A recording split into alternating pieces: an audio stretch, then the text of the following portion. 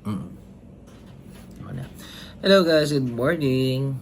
So it's lunch time. So tanghali tayo nagising kasi nga day off namin. Day off namin ni mama. So yan, that's my mom. Tapos na siya kumain. Say hi. Hi. So yun guys, let's see kung matatapos ko tong buong araw na to para makita niyo naman kung ano ginagawa ko during my day off. Pero yan, I'm starting my day with the coffee, water, coffee, and medicine. Yun.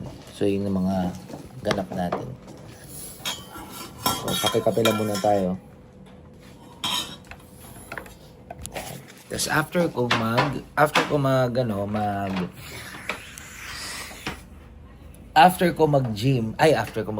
ko dito, mag-gym na ako. Tapos may pupuntahan tayo guys. So sama kayo doon lahat mamaya. Magkita-kita tayo doon ulit mamaya. Okay? Yun lang. Bye.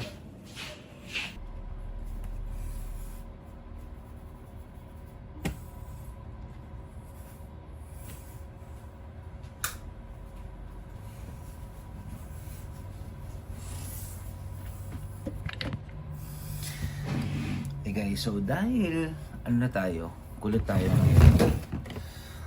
for today's video. I-share ko naman sa inyo kung ano yung mga ginagawa ko sa mukha ko. So paka-simple lang. Wala masyadong arte guys. Ano lang to? Sunblock. Punang natin ng sunblock sa mukha. Sunblock and then mayroon ako ditong guys, ito ang pinaka-sikreto ko. Ang tagal ko na ito ginagamit, Boucher. So Boucher baka naman, pero totoo kasi itong ginagamit ko so deserve nila. For almost siguro mga lagpas 15 years ko na itong ginagamit, itong Boucher. So ito yung pang number nila, yung Age Eraser Cream. Pero guys, so para siyang foundation. Foundation at the same time parang puti, may parang galing yung effect niya, pero ayun sunscreen foundation ng Boucher. I don't know kung may alam dito ng Boucher, pero usually yun yung ginagamit ko pag lalabas na. 2-in-1 na siya, pero gumagamit pa ako ng isa rin. Hindi ko sa Japan.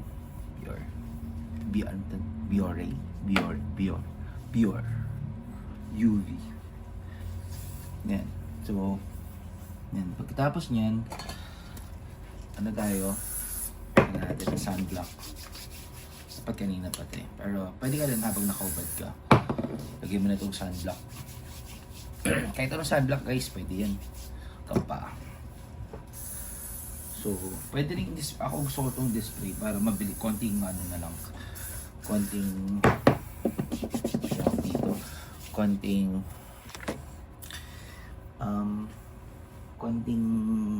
kalat na, konting puno na lang. Okay, so tapos na tayo doon sa mga nilagay natin. Then, meron tayong Gatsby pomade. So, habang kulot pa yan guys, gagawin natin, technique natin dyan.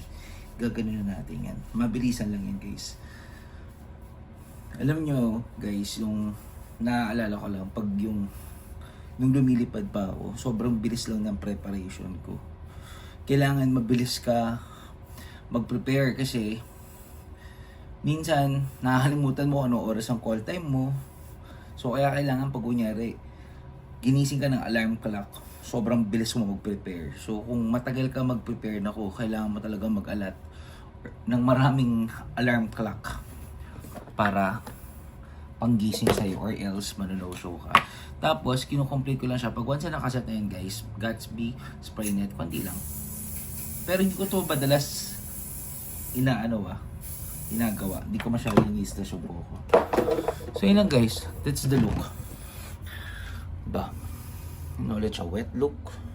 Wet look lang siya. Pero binabibili I think ng para pang wet look. So yun lang guys, yun na ang aking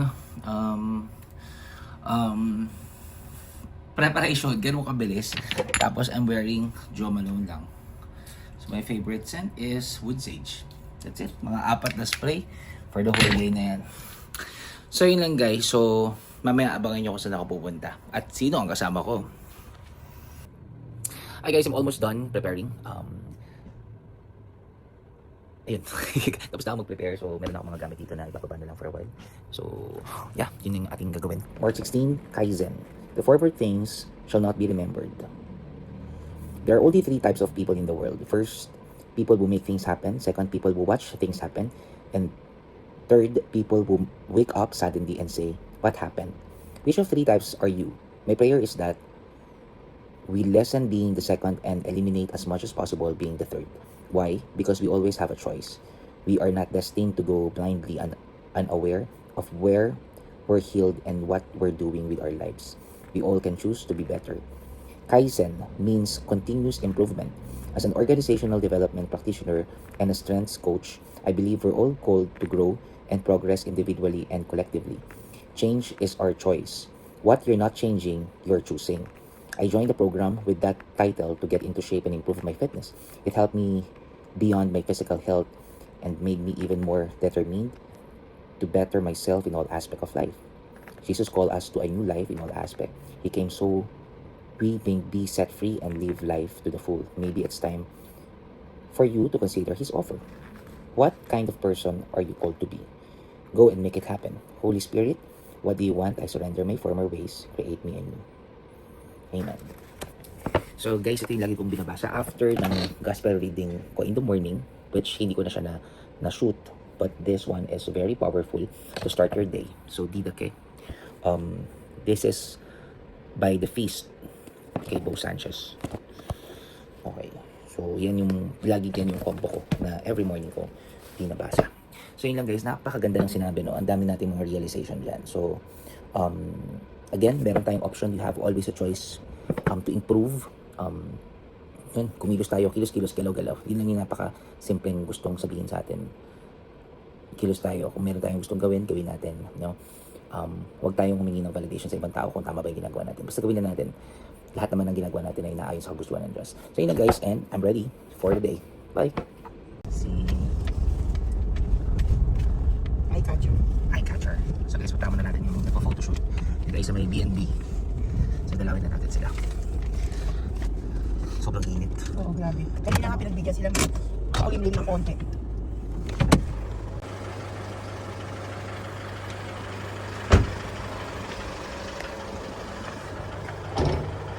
Nakasarado guys. Nakasarado.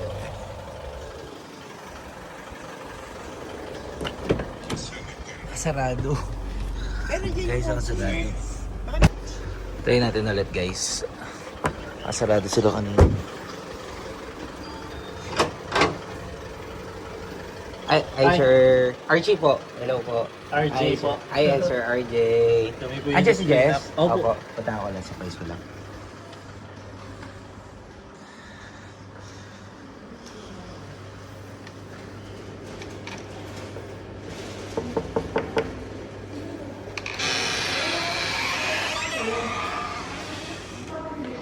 Hi po.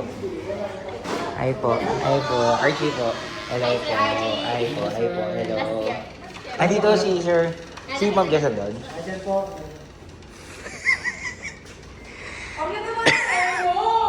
Ito ang itong pambato ng eye catcher.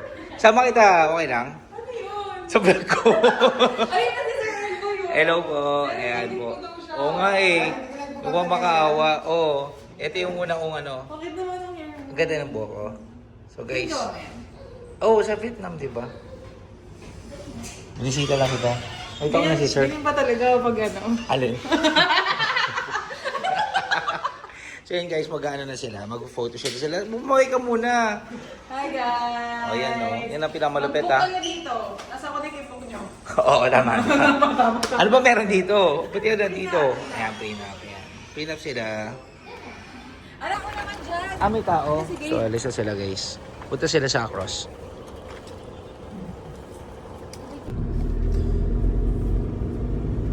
Ay, oo nga. Pati sabihan ko si ano.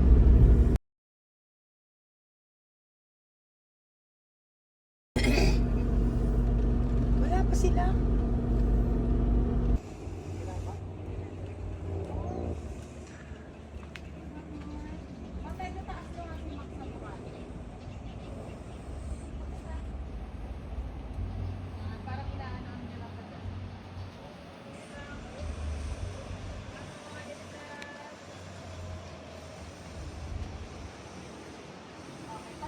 Okay guys, so yan, kasama ko ngayon ang aking kadate, ang aking mother. So pupunta kami ngayon sa Batulao, so samahan nyo kami. And gagamitin namin tong BYD. So let's see guys kung gaano siya ka-efficient tong EV, tong hybrid cars na ito. So ito, we're using the BYD. Meron tayong 85% battery. Tingnan natin kung ano yung konsumo natin. Pero mag-gym muna ako guys bago tayo pumunta doon. So samahan ako ni Mother Dear. Okay, let's go!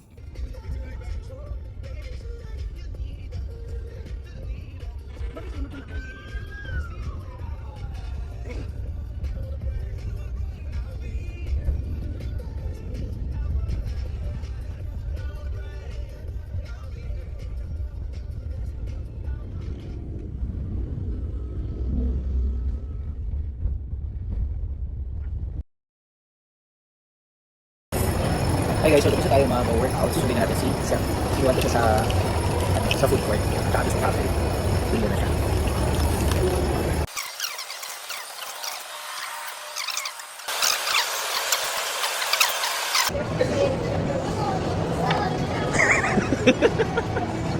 Hindi na ka ba? Tawag na siya sa camera guys. Kasi lagi daw naka-camera na. Guys, pabalik kami sa car. Supposedly magdadaiting kami sa toot. Kaya lang, hindi na kami doon kasi sobrang sobrang tagal kumuha ng order.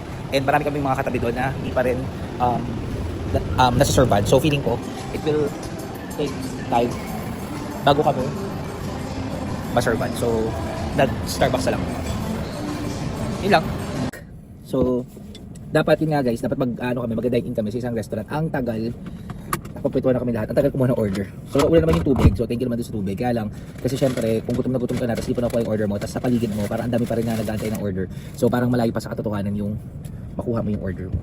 So, guys, katulad sila ko sa inyo, check natin kung kamusta tong BYD Shark 6. 80% ako ngayon alis ako sa Robinson San Pedro. Tingnan natin kung gaano siya kalakas. So, yun lang guys. Wala akong tripod. Ay, wala akong pang attachment. Wala pa akong ganun. So, let's see kung mahuhulog kayo dyan. Sinandal ko lang eh. So, bibili tayo yan guys. But for now, wala muna. So, sobrang tahimik ng BYD. 80% na daan yan guys. 80% ang aking gasoline. Ay, hulog na agad.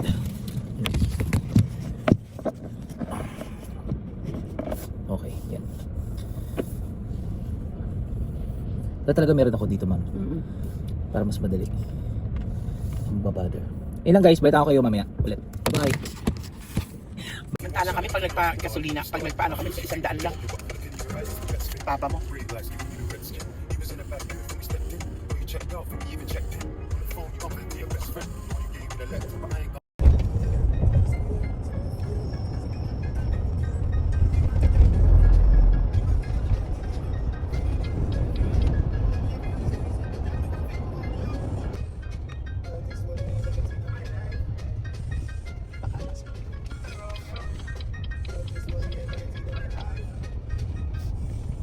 So 69% guys. 69%. Kaya tayo sa Calax.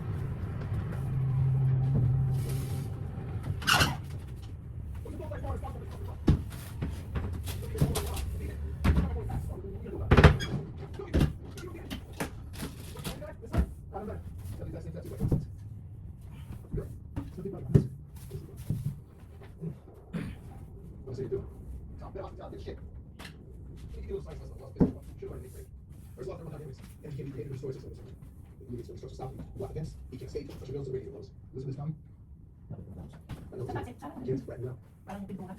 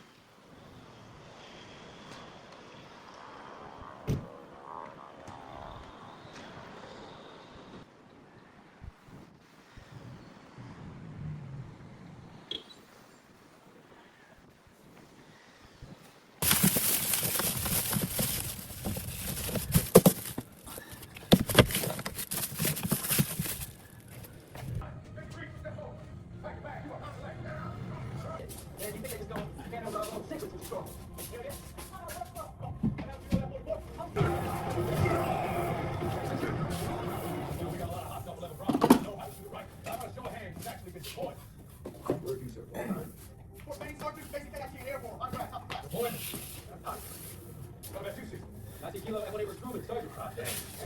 So you can say I like Orlando. What about you, lady? No problem. Combat engineer, 213 CSFP. Community supporting staff. Third brigade. Last name, sino 10th Mountain Division. Hindi. Spartans. Saka mo hindi tayo agad. Walang internet. Walang internet. Parang wala pang 2 oras. See what you got.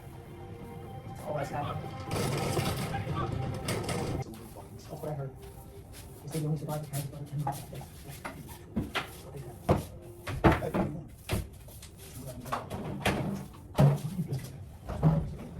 Hold up, stop playing the D-back. Don't tell me that shit. You look at the recycle again. I'm leaving, sorry. Go, extra hill five. Thank you, Jake. Why are you here? Why are you here? Say what? Why are you here? Cross that finish line. Nagigets mo? So far. Hindi ko lang ano yung pang namatay, kapatid niya talaga o brother lang. Kapatid niya.